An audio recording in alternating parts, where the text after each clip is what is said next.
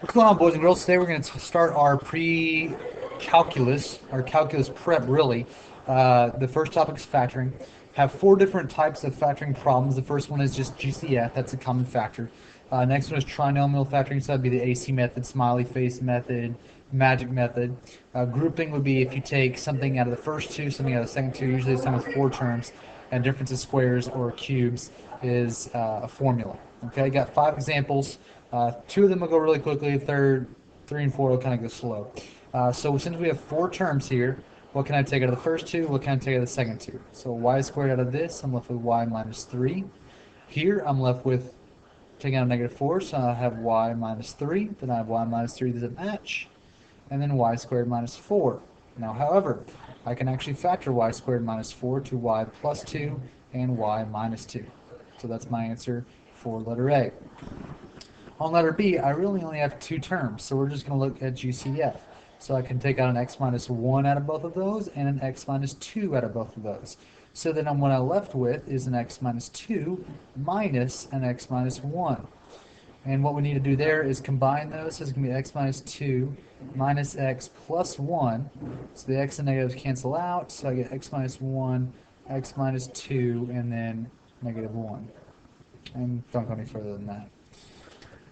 C and D can be solved using U substitution. Now, U substitution is something you'll see in calculus a lot. So we're going to substitute U in for 5z plus 1. So this is going to be U squared minus 2U minus 3. And there I can just factor that like a normal trinomial. That's going to be U minus 3 and U plus 1. And then we're going to substitute what we know U to be back in. So 5z plus 1 minus 3. And then 5z plus 1 plus 1. So that ends up giving me 5z minus 2 and 5z plus 2. So U substitution is a weird thing. It's new. It's something you will spend a lot of time doing in calculus. It really helps with derivatives and integrals, stuff like that. Letter D, we're going to do the same thing, but a little trick here. We're going to rewrite this as 3 times e to the x and then squared, minus 8 e to the x minus 3. And we're going to let e to the x be u this time. So it's going to be 3u squared minus 8u minus 3. And then we factor that, so that's going to be 3u, and just u, sorry about that.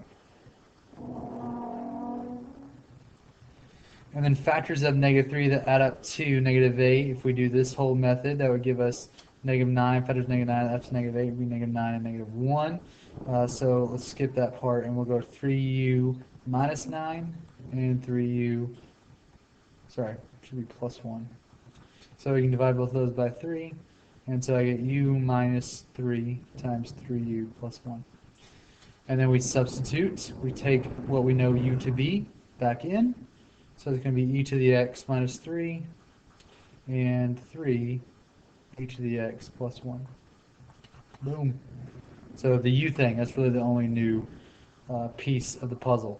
Last one, letter E, I should say.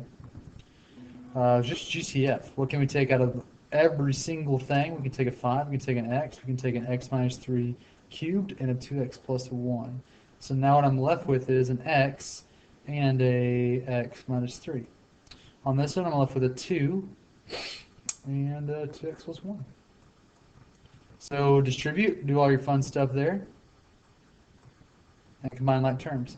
So our final answer, if we can't factor what we combine with, let's see, it's going to give me x squared, negative 3x, it's negative 4x plus 1. So it's going to be x squared minus 7x plus 1. Plus 2. It's a minus 2. Minus 2, my bad. Minus 2. And we can't factor that. No factors negative 2 that added to the negative 7. All right, that's all we got. Check y'all later. Bye-bye.